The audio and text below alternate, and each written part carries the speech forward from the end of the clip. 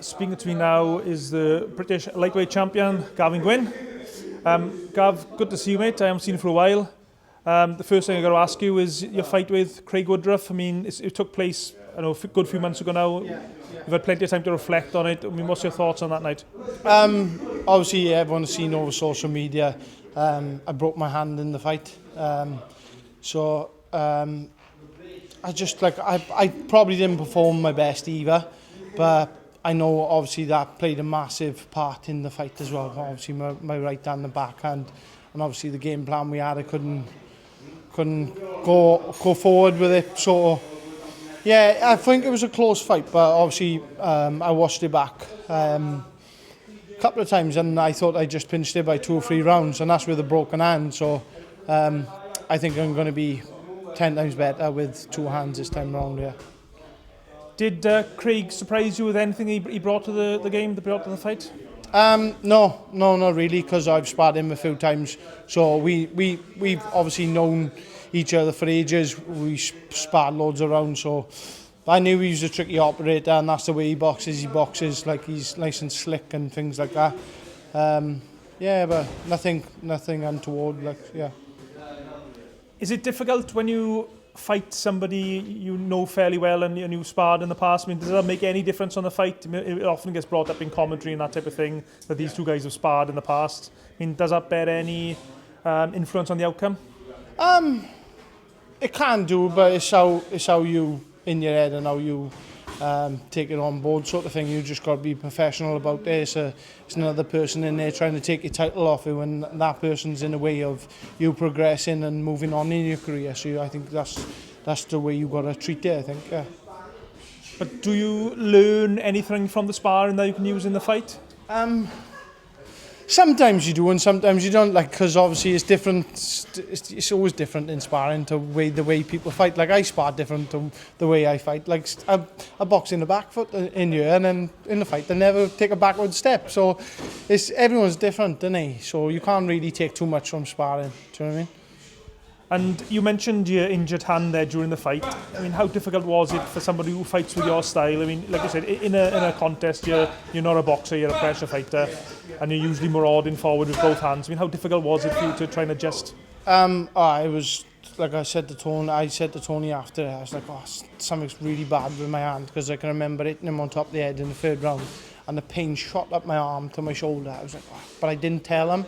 I was like, I'm not saying anything now, just in case they pull me out or something. So I didn't say anything, but I know, when I'm inside, I work, and I don't stop working. Whereas in that fight, I watched it back, and I was just throwing left hooks. That's all I was doing, because I didn't want to let my right hand go. So that was another factor as well, where I work inside, I non-stop. I can do 12 rounds. I could do 12 rounds tomorrow, but yeah, it happens, doesn't it? It happens, and I'm just unlucky it happened during the fight, really. And I'm guessing most people watching this interview probably have never actually boxed before. They probably watch loads of fights and they've hit a punch bag, but they've only actually boxed. So just describe to the viewers, what's it like hitting someone with a broken hand?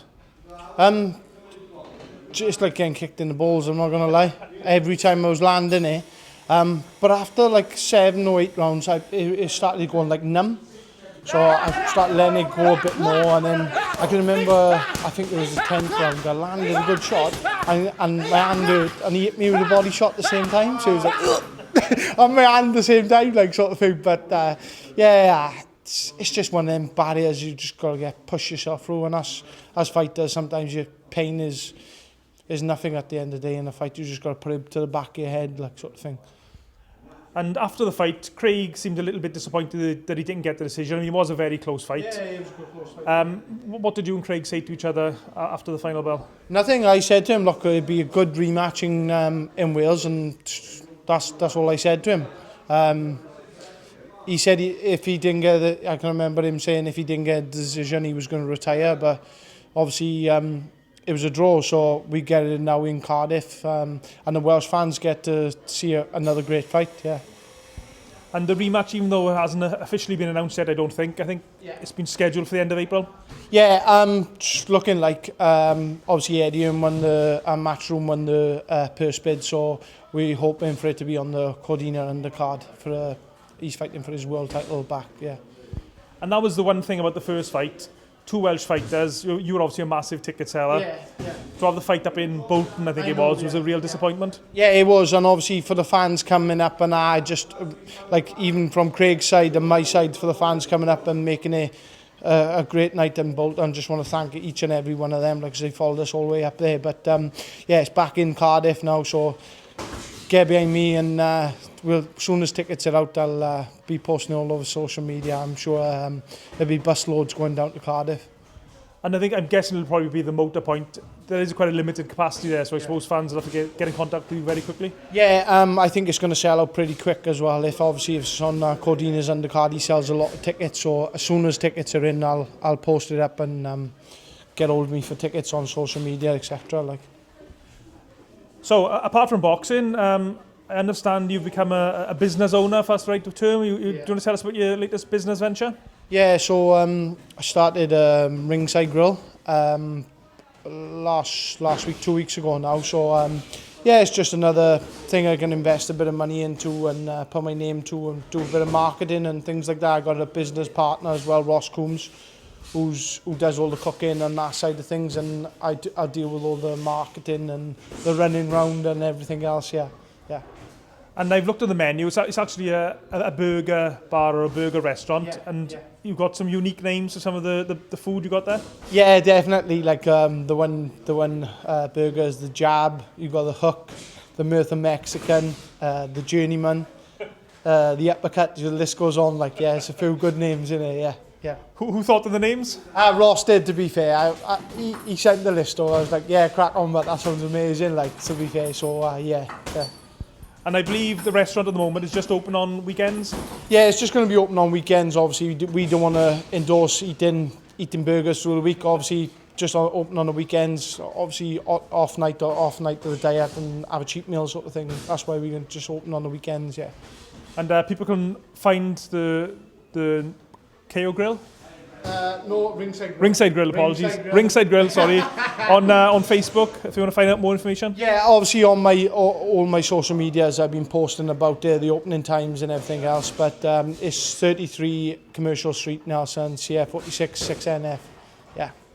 There we go. I'll definitely try and book myself in there in the near future to work on my diet. Anytime. And one last thing before I let you get back to training. I noticed since the last time we spoke to you, you got a big tattoo on your neck.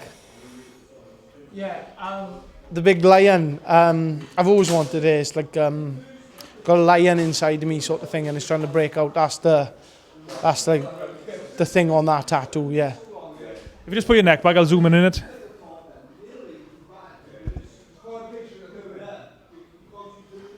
So there's the Gavin's new tattoo. It looks very painful, was it? Yeah, 3 hours of pure pain. But to be fair, my hand hurt a lot worse in that fight, so it was pretty easy. Yeah. Okay, Gav, have you got any shout-outs for any sponsors or anything? I know you've got loads of people who will help you along the way. Yeah, obviously, massive shout-out to all my full-time sponsors. I done a post on them yesterday on my Facebook page. It's too many to list off the top of my head. Just a massive shout-out to them. Massive shout-out to Phil Whaley, who sorts all the things behind the stages, Tony Bogg, Richard Thomas, and all the boys in the gym as well. I've been in the gym since Christmas, just training hard and trying to improve on things and just working. And obviously, massive shout out to my wife, Louise Gwynne, who does a lot of work behind the scenes as well and make sure I'm getting the amount enough rest and everything else. So massive shout out to her and all the fans as well. Obviously, with this fight coming up in Cardiff now, I need a lot of fans to cheer me on, so yeah, massive shout out to all them as well. And sorry, just another quick point. I remember the first time I watched you box, I think you were boxing, was it a Wales-England show in Hereford? Yeah. And I mean, you were quite a raw novice amateur then, but your improvement over, was it less than 10 years, has been immense, really, considering the way you've come from. Yeah, definitely. I think I was on 8 or 9 fights per day, so that's only 10 years ago. Like, I just in the gym constantly working and just want to improve every day. Like, it's just one of them things that's built in me. You've got some fighters, you've got a job to get them in the gym, but I want to get in the gym. I'm training 2-3 times a day some days. I want to improve, I want to get better, and I want more belts. Like, yeah. And finally, because I've said it about 3 times now, what's your prediction for the fight with Craig Woodruff in the end of April? Me win, unanimous this time. Obviously I can use my ability, I'll have both hands, unanimous win, and I'll move on and collect more belts.